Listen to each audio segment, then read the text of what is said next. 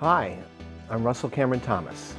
Today's walking meditation is on the subject of death and rebirth. And I'm here at the Piedmont Cemetery in California because I thought this would be a good location. I've come to this place many times for inner work and processing. I don't have any personal connections to people buried here, but in a way, I have a connection to everybody. We all pass at some point. Now, I'm at the upper part of the cemetery, the crest of the hill, where all the largest monuments are. So this is a walking meditation for the audio part, but most of the video that you're going to watch is in my loft studio where I'm restoring a painting. And this painting is a crucifixion scene titled "Death is Swallowed Up in Victory." It's a quotation out of 1 Corinthians from the Bible, and also a movement, an aria within Handel's Messiah. So I started this painting when I was in college in the late 70s. I think I finished it, or at least I worked on most of it, the first phase, during 1978-79. And then I put it aside because there were some artistic challenges that I was not able to solve at the time with my skills. And there was also something energetic and maybe spiritual that I wasn't able to resolve.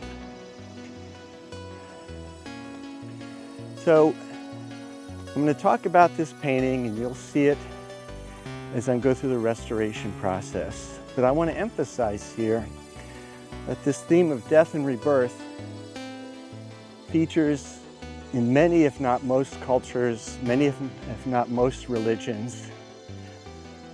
It's also related to metamorphosis, caterpillars turning into butterflies, tadpoles turning into frogs, snakes shedding their skin, and of course, Phoenix rising from the ashes. So I painted this at a time when, as a young person, I was going through a lot of inquiry around philosophy and spirituality. I was raised Protestant Christian, but at the time I was not aligned with Christianity. But I was definitely open to what lessons could be learned from it. And the motif of the painting, we have a figure of a man, in this case Jesus on the cross, the very figure of mortality and human limitations, the end of mortality, the end of mortal life. And then this otherworldly, superhuman energy rising above, encasing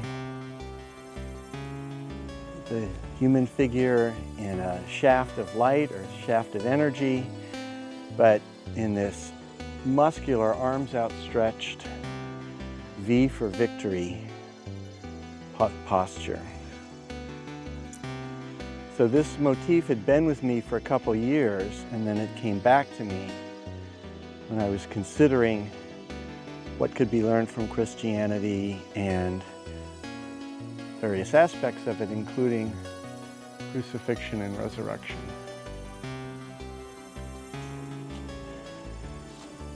So what struck me at the time was the intrinsic paradox of crucifixion, death and rebirth. Here is, in the eyes of the authority and in the eyes of society, the ultimate defeat, the ultimate obliteration of the guilty party. And Yet out of this arose this great triumph or victory, which, if you're a Christian, you think is the resurrection. Jesus dying for everyone's sins, all the sins of humanity, the Lamb of God being sacrificed, the last sacrifice necessary, the Temple of Jerusalem. But institutionally and historically,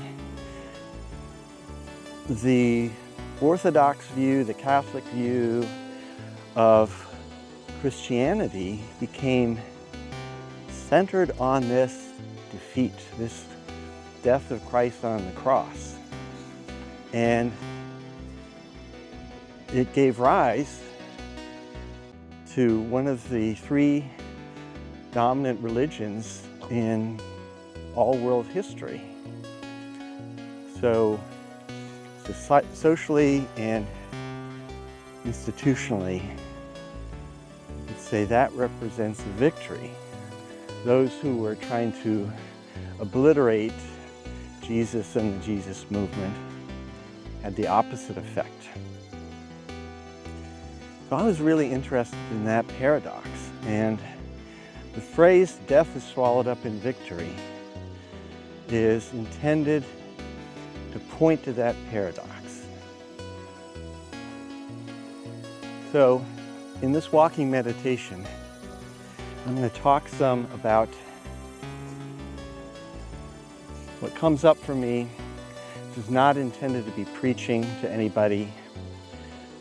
You're allowed to have your own beliefs and your own conclusions, but maybe you'll find this interesting.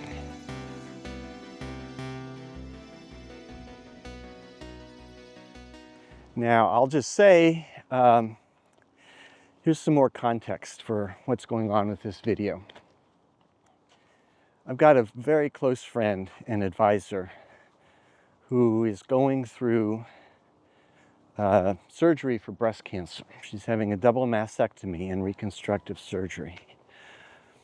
And it's not something I've ever experienced, but I've had friends and I know of people who've gone through that, and it's a really monumental thing to go through.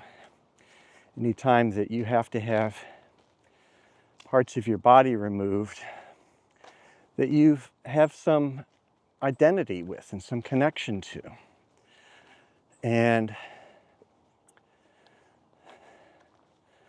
my friend went through a beautiful process about being fully present.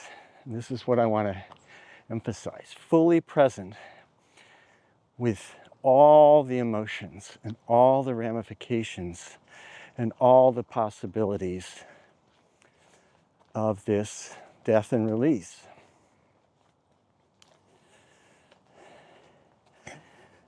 Now, she happened to be, in her career, a medical doctor, OB/GYN, and had performed many surgeries, but she still had to go through it, not as an external observer or professional, but as the subject of this process. And a key feature of the process is you can't be in control of everything. In fact, if you try to hold on to control, that very act of trying to control may bring on the thing which you fear most, and loss of control. I want to bring in another touchstone for me, which was this last Easter weekend. I went on a meditation retreat at a Catholic seminary called the Mercy Center in Burlingame. This was a Buddhist meditation with Christian themes, Christian connections, so call it an interfaith meditation retreat, but the primary modality was Zen Buddhist meditation. But it being over the 3 days of Easter, the spiritual director invoked stories and messages from the Passion of the Christ through the 3 days, each day of the meditation retreat. This gave us the chance to breathe in and be present with and deeply tune to the deeper dynamics of this event, archetypal rite of passage, and how this archetypal rite of passage can play out in each of our lives, each and every human being, not only in the physical realm, death of your body, death of your parents, death of your friends, death of your life partner, but relationally, ending of friendships, leaving the house that you grew up in, leaving the town that you grew up in, leaving the friends that you grew up with, leaving the job or career that you dedicated your life to as you transitioned into something new or into retirement. But deeper still, each one of us carry layers of identity, layers of belief, layers of habits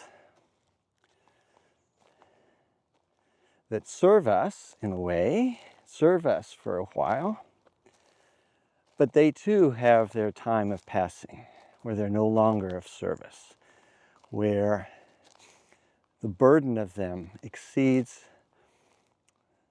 the benefits that they're providing. And for us to grow as beings, as spirits, as souls, we need to shed them. The death and rebirth process, it's symbolized by this painting, is intended to invoke in the viewer, it's intended to invite the viewer into the deep recesses of letting go, releasing the grip on these identities, these attachments, these behavior patterns, these things that we believe are central to who we are, but in fact are not.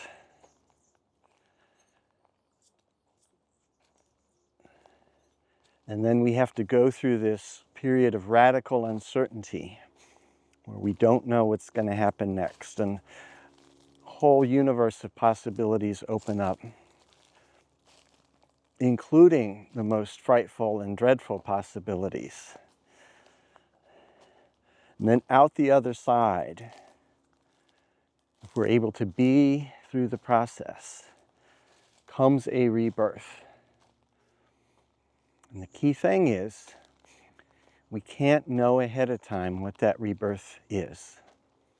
Because if you know ahead of time what it is, and you try to control it and navigate toward it, you're not actually doing it. That gripping and controlling of the process and in the outcome keeps you bound to this identity or this pattern which needs to go. I have been looking for a home for this painting since the early 90s, at least. Now, I forgot to mention, it took me 8 years of gestation and growth and insight to solve both the artistic challenge, but also the inner spiritual challenge of how to complete this painting. So the painting was actually completed in 1987 when I was living in California, even though it was started, got about halfway done in the late 70s, about 1979. So this painting and its themes have been on a long journey. And I have a lot of people in my life who are Christians. I'm born-again Christian. A couple of people who are Catholic. And was not able to find anybody who would want to give it a home. And I acknowledge this is not an easy picture to be with. It's not a pretty picture to hang over your couch to match your decor. This is a challenging painting.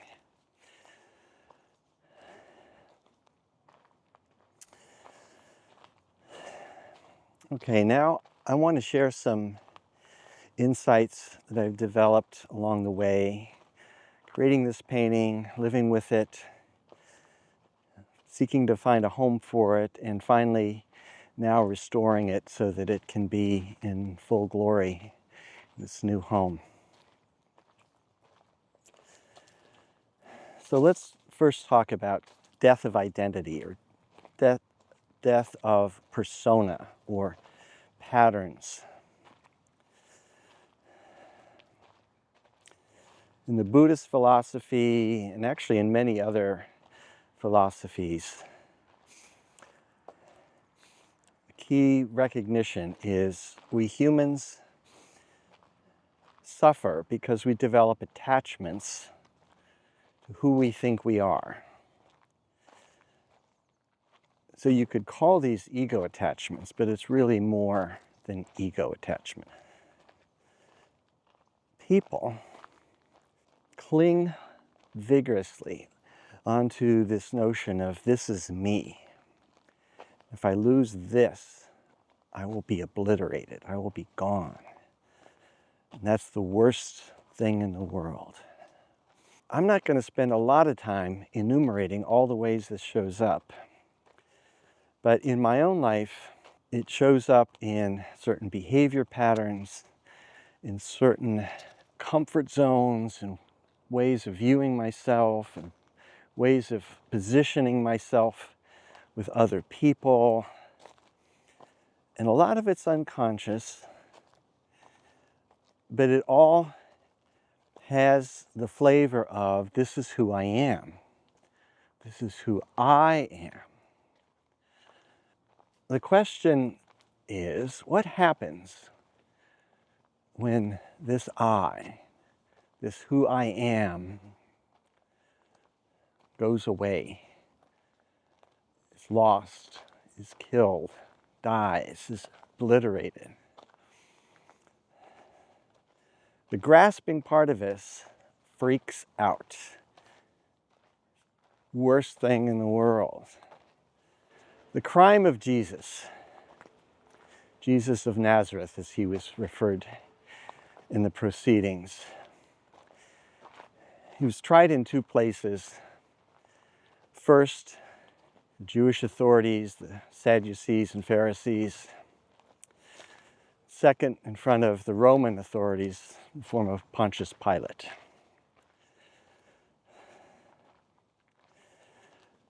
So there were a range of charges, including blasphemy and apparently sorcery and curing people on the Sabbath, and essentially violations of the laws of Deuteronomy and Leviticus. And the key crime of blasphemy was him proclaiming himself as the Messiah. Jesus' response to all this, he did not put on a full-throated defense. He did not defend himself to exonerate himself and to preserve his identity either as a rabbi, teacher, or as Messiah, or anything in between. The answers he gave had some ambiguity to them. Put the onus back onto his accusers to interpret and essentially arrive at his guilt. But here's the key thing. He was on trial and eventually crucified for an identity which true believing Christians believe is true for him. That he is the Messiah. He was the Messiah. So the crime in front of the Romans was essentially a crime of insurrection, proclaiming himself to be king of the Jews. And he wasn't so much found guilty as he was found to be a bother. I wash my hands of this man, I think is what Pontius Pilate said. So it was easier for the officials to let the conviction and crucifixion go through than to actually declare conclusively one way or another whether he was in fact King of the Jews, whether he was in fact an insurrectionist. But Jesus did not resist any of this. Essentially, the prayers in the Garden of Gethsemane the night before the arrest, after the Last Supper, was him knowing enough about what was going to happen that he fully walked into it, undefended, no resistance, no prevarication, no yeah buts, no excuses. And things got progressively more painful. And I think he knew they were going to get progressively more painful. Another key part of this dynamic of death and rebirth is being fully present and fully experience all the emotions, all the bodily experiences, the mental understanding of what's happening to you. There's a piece of music in The Messiah where the lyrics are, he was despised, he was rejected, he was abandoned. And this is, of course, him carrying the cross, dragging the cross up to the site of crucifixion and being spat upon and jeered along the way. Many, many insults and pains and injuries he had to accept, absorb, and fully experience from start to finish. From the original arrest, the betrayal of Judas, the betrayal of one of your closest friends and confidants can be as painful or worse than any physical injury. According to the Gospels, at no point did he try to protect himself or use supernatural powers or abilities to mitigate any of these wounds, any of these harms, any of these pains. He felt it in his head, in his intellect, he knew what was going on. He knew he had fallen to the lowest of society, where anyone and everyone could look down upon him and reject him. In fact, the whole rituals of society called for that. That's the whole point of such a gruesome public execution.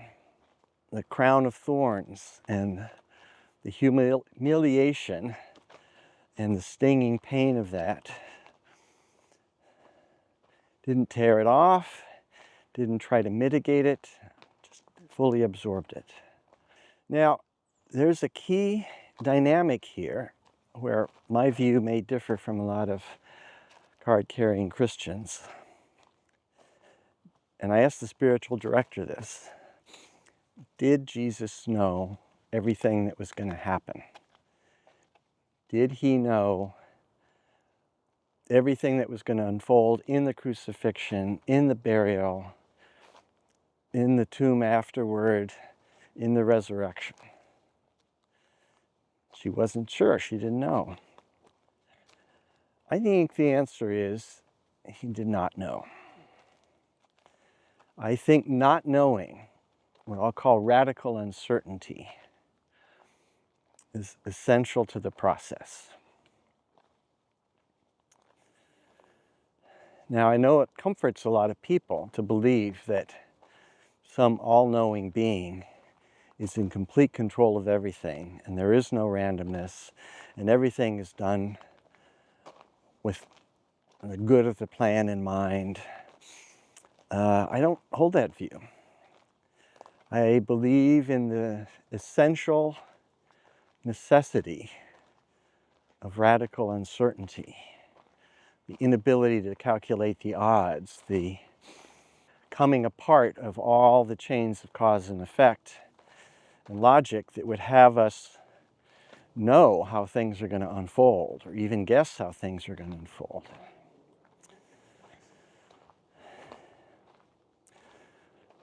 According to at least some of the Gospels, on the cross, he calls out, "My God, why hast thou forsaken me?"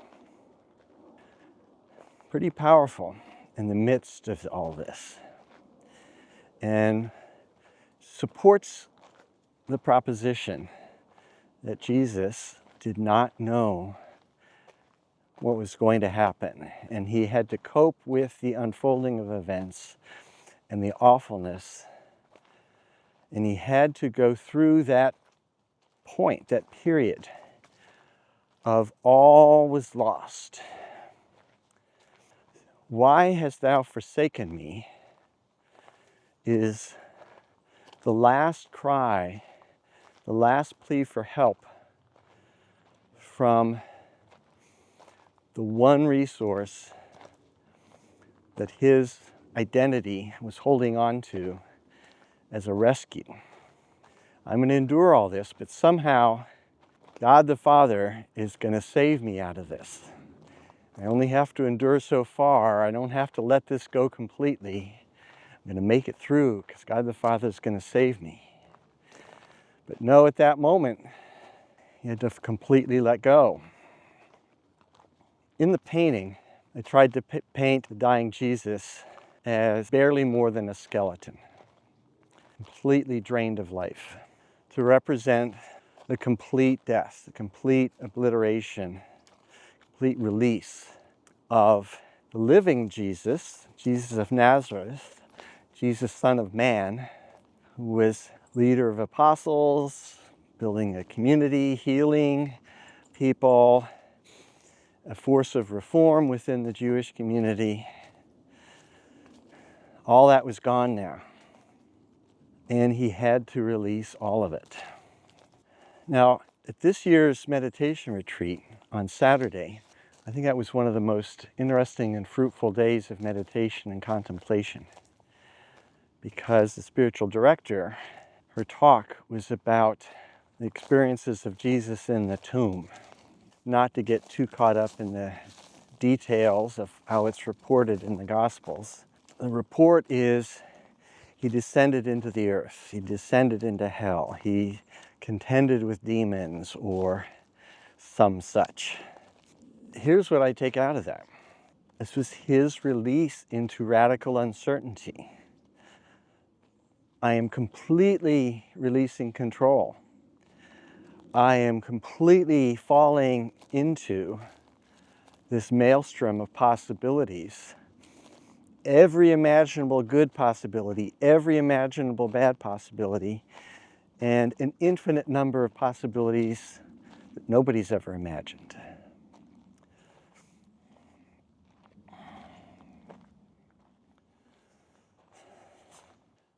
Now, let me switch contexts. Can you think of a time in your life when you truly didn't know what was going to happen next? You truly didn't know what direction to go to. Maybe it was a project. Maybe it was a relationship. Maybe it was a work of art. Maybe it was your career. Maybe it was your life purpose. So there's a way of encountering that situation called grasping or gripping or clutching energy that wants to grip down on it and reduce things to like a simple yes or no. Am I going to do this or not? Is it going to be A or B? And often it's like a matter spinning into a black hole, and you spin round and round, faster and faster, and get more and more frantic, and then desperately lunge at a decision or grasp at a decision or impulsively make a decision that then almost inevitably falls apart or almost inevitably comes undone because it has falseness. It isn't grown organically. Anybody who's given birth to a child in a high-risk circumstance probably knows this experience. You don't know how the baby's going to turn out. You don't know if everything's going to be okay. And it can be almost unbearable to live with all those possibilities, especially if negative signs start showing up. Our minds spin out of control. So I'm sharing all this because it's one of the hardest things humans can ever do. Sit in the middle of radical uncertainty with any kind of openness, equanimity, meaning I'm okay with all of this. I'm not frantic about all of this. I can let this be what it is. I can even connect with it. I don't know if I have a part of the painting that necessarily represents this radical uncertainty. I think the best I can do is point to the atmospherics and the swirling of the clouds and vapors around the rising spirit. Obviously, that's inspired by Van Gogh's Starry Night. And I think you'll notice the composition is not fully three-dimensional. It's sort of closer to medieval painting style, which has a flatness to it and a very strongly symbolic structure. The earth is barren and lifeless and murky brown. Two crosses of men, criminals who were crucified along with Jesus, are hazy sketches, barely recognizable in the glow. That's meant to represent, again, this utter death and release of this human form, this identity, this pattern. This is who I am, or this is who I thought I was. There's nothing there to sustain it anymore. And then the atmosphere is the swirling of possibilities and of action, reaction, and none of the clouds look real, at least not the swirling ones, the ones at the top do. And they sort of hearken to special effects used in movies where swirling spirits moving through space leave trails, and it's basically a space so vast and so powerful, it's beyond the scope of anyone's control and really anyone's understanding. And for the most part, if you're in that space, the best you can do is release into it. The worst you can do is fight it or try to control it. So the rebirth, the resurrection. Once the old self dies, once the old self is released, the old skin is peeled off. The caterpillar essence has been shed and butterfly essence comes forward. It's illuminated by a light from within. It has its own life force. It's a release of life force, but it's not a life force that is given from the outside or generated from the old. In the painting, this life force shines as a shaft of light on the dead crucified body of Jesus. In other words, it's standing fully in the presence of. It's not somewhere else. It's not disowning. It's not saying I'm not you anymore. It's in fact being fully present and illuminating. Its life force energy, its light, comes from within, unfolds fully and strongly because there's no longer the old patterns to inhibit. There's no longer the old patterns shape the interaction with the environment. So this figure of resurrection is not a typical biblical figure. Maybe this is why other Christians that I've known have not wanted to display this in their house. In fact, the figure is sort of reminiscent of cartoon characters, you know, the genie from Aladdin and other strong, muscular, fiery beings. And that was intentional. I'm good with that in terms of symbolic meaning and interpretation. It's a very clear and direct message symbolically. And you notice that the resurrection figure has arms raised, muscular arms raised in a V for victory. Again, very direct, unapologetic, symbolic meaning. So victory over what? What is victory in this case? To me, in 2025, and maybe even in 1987, is not so much the triumph of the martyr, and it's not even the institutional triumph of the Christian church. It's okay to view it that way, but that's only one way.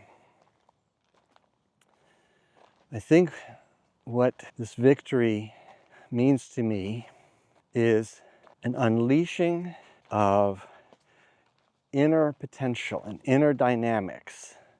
When I say inner, I don't mean solely personal.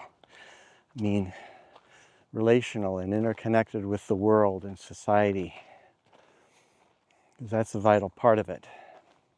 Because the old self was inhibiting, it was blocking, it was consuming resources, it was having us stuck into old patterns. And a good portion of our life energy goes into supporting and maintaining and defending and struggling with that identity, because that's all we know and that's all we believe.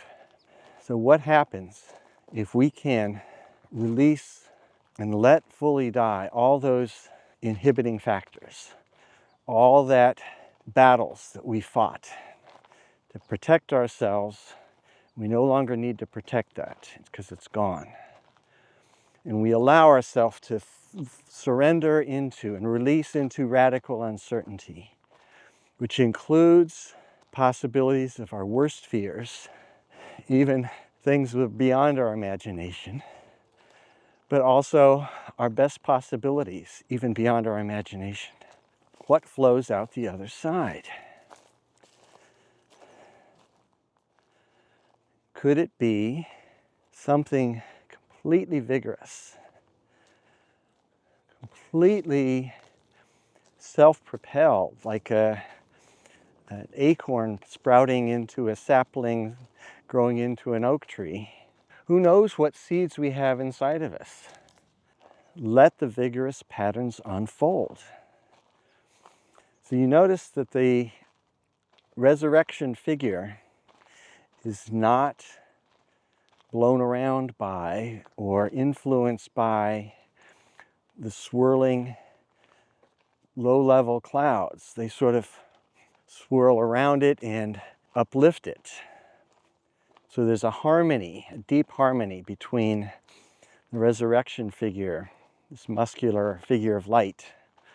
Really, it's the only light in the whole painting. Now I want to talk about the symbolism of the clouds at the top. So again, I'm kind of following a medieval or a Renaissance format in terms of the symbolic structure of the painting. So the clouds at the top are not very dimensional. Sort of a high cloud cover of cumulus clouds that are lit from below by the resurrection figure. You might view this as heaven. You might view this as the domain of God the Father. You might also view this as source. So the ground is utterly barren and one could say arid and dry. The whole thing takes place at night, dead of night, no one else around. So there's no sign of life on the ground. But these are dark, pregnant clouds. These are clouds that could unleash rain at any time. It could even be thunderstorm clouds. The resurrection figure rising up into them is engaging with the clouds. So there's the symbolism of the clouds is also recirculation, life-giving, washing away, cleansing, cleansing of wind, cleansing water, returning to source. I didn't feel like it was necessary to be very explicit about all of this symbolism, but when I first painted this in 1979, there was no cloud layer up the top. You know, the resurrection figure is reaching up, but reaching up into what? The clouds, I guess, represent the new world, the new environment that the reborn figure is going to inhabit. And it's different from the earthly land, the earthly home of the previous human form. And that's part of the radical uncertainty. You can't go back to the familiar land and live in the familiar ways when you're reborn this way. Certainly people who have born-again experiences in religion, mystical experiences, psychological releases, deep psychological healing experience this, including people who've been through addictions and abusive patterns. An essential part of being born again, reborn, resurrected, is entering a new world or seeing the world anew. Everything's new, everything's different. The old patterns are gone, the old you is gone, and it can take a while to adjust. So another important element of context for this video and this journey is what I'm going through right now in terms of my own death and rebirth. Broadly, I'm in late stages of a multi-year transformation process. Started at least 5 years ago. Moved to Tennessee during the pandemic to take care of my dad. And we had 5 good months together before he suddenly passed away of a stroke. I've gone through many shifts and changes. I'm now 68 years old, so there's some stage of life changes going on, career changes, relationship changes. But right now, and at the invitation of my dear friend who was going through her surgery, she invited all of her friends to think about what might need to die in our relationship and what we might need to release and how we might need to go through that as a ceremony. I knew I wanted to restore the painting as a ceremony while my friend was going through surgery and recovery. And I also saw this as an opportunity to let go of, to allow to die some identities and patterns around some of my core wounds, which predominantly involve shame. These are patterns I've held on to or inhabited my system for almost as long as I can remember, age 3 or so. I've coped and adapted to them in various ways. Some have been successful, some less so, but I feel called to step into the realm of shame and my experience of it and my holding of it and allow there to be a death. And I don't know if I'm going to use this stuff in the YouTube video, but I'll record it anyway. So what I'm holding now, or have been holding on to, is core wounds, which are obviously connected to my identity and my avoidance around those core wounds, that somehow I'm fundamentally broken. And if I don't do certain things the right way, if I don't get certain things done, if I find myself, well,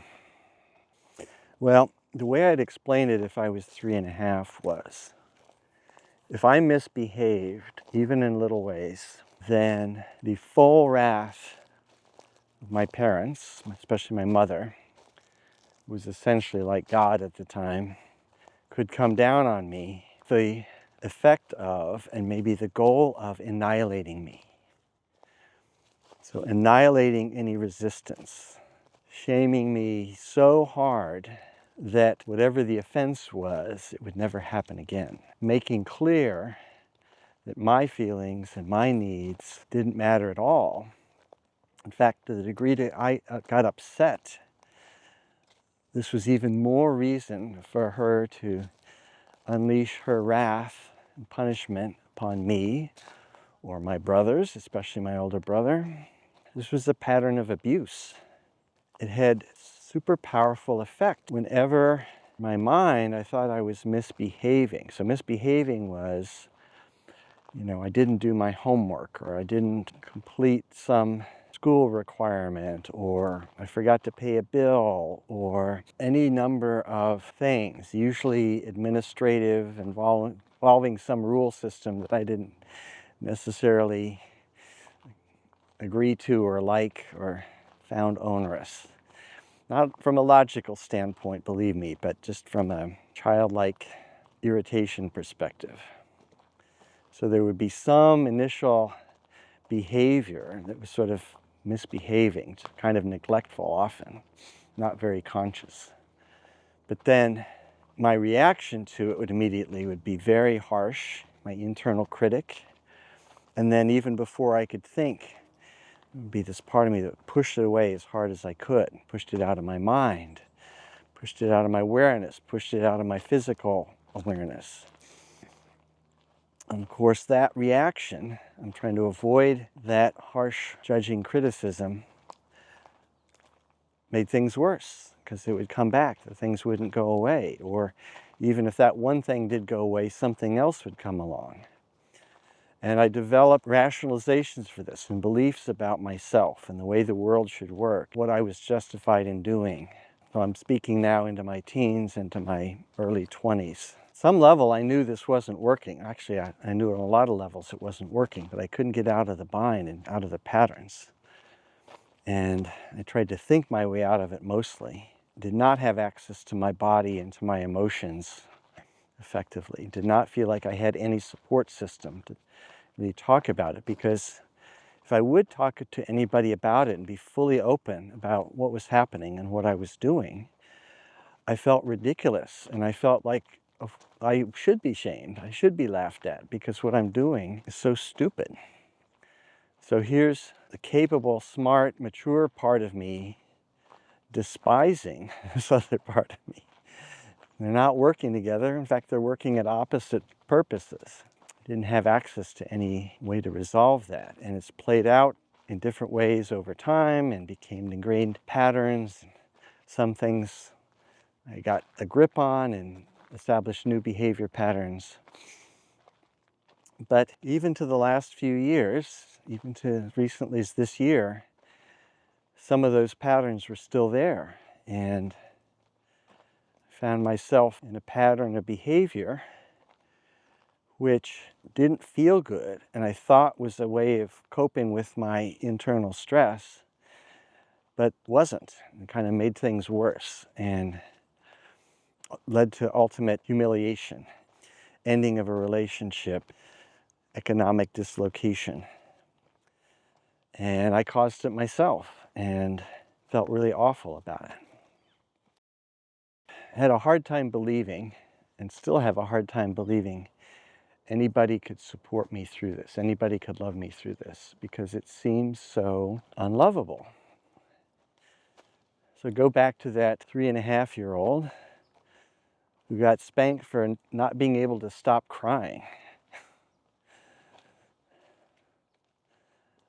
Cried uncontrollably for a half an hour. Cried so hard that my face hurt and my stomach hurt and my throat hurt. We called it being cry sick, which is a wonderful insight for a 3.5-year-old.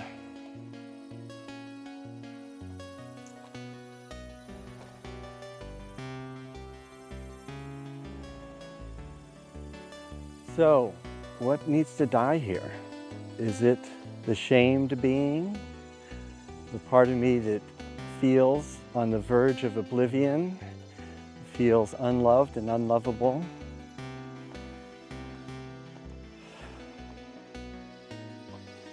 So what I'm doing now as I walk is I'm just noticing and allowing the shame to be in my system. Be fully into my system and not halfway. And by talking out loud, it helps, gets all my system going. feel my fingertips. I think the walking helps. I'm walking at a slow, steady pace uphill.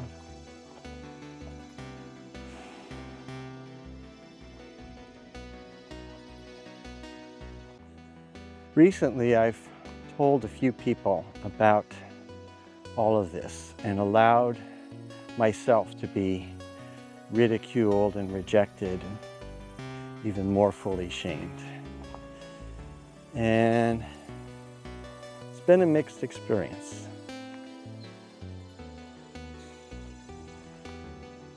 It's been a mixed experience.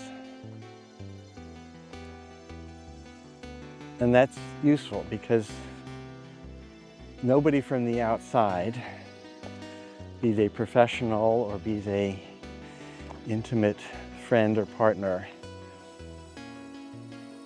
can solve this. It's not theirs. It's in my being or my interrelational being.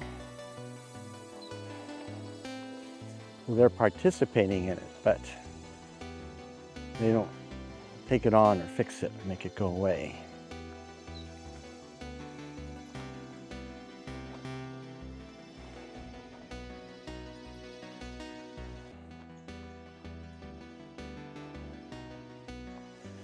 I wonder what it would be like if I could go back to that 3.5-year-old who's crying uncontrollably and feeling like I was literally falling into an abyss. I was falling into death. And if I could just be with that 3.5-year-old all the way. Not to make it go away, not to make it hurt less, but to be present so that 3.5-year-old is not abandoned. So that 3.5-year-old can feel that there's something larger holding him.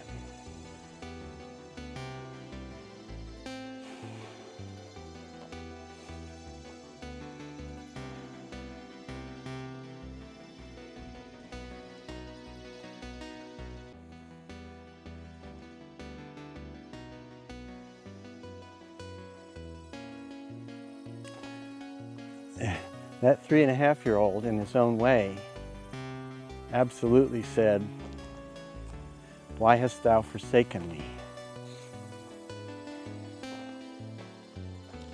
I think I've felt forsaken all my life in this core way. I had to hide this at all costs because if it ever came out, it would be too much and it would be obvious that I was unlovable. Body's way of making sense of all this. How could this have happened? It must be because we were unlovable. Because what we experienced couldn't have happened to somebody who was lovable, we tell ourselves. And what happens when that identity dies?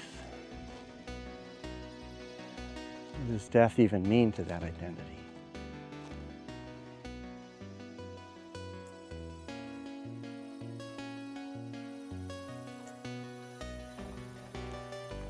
This feels like a good place to end the walking meditation.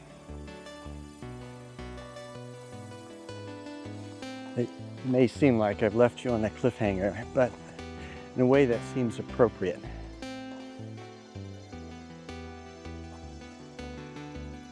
I'm still in the middle of this. Things are still unfolding. I don't know how it's going to come out. And we'll see what happens over the coming days.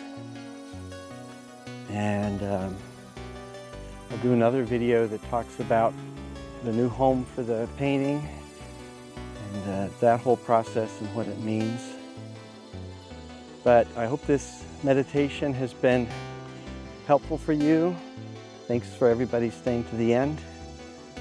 And I've really appreciated sharing all this time with you. Talk to you soon.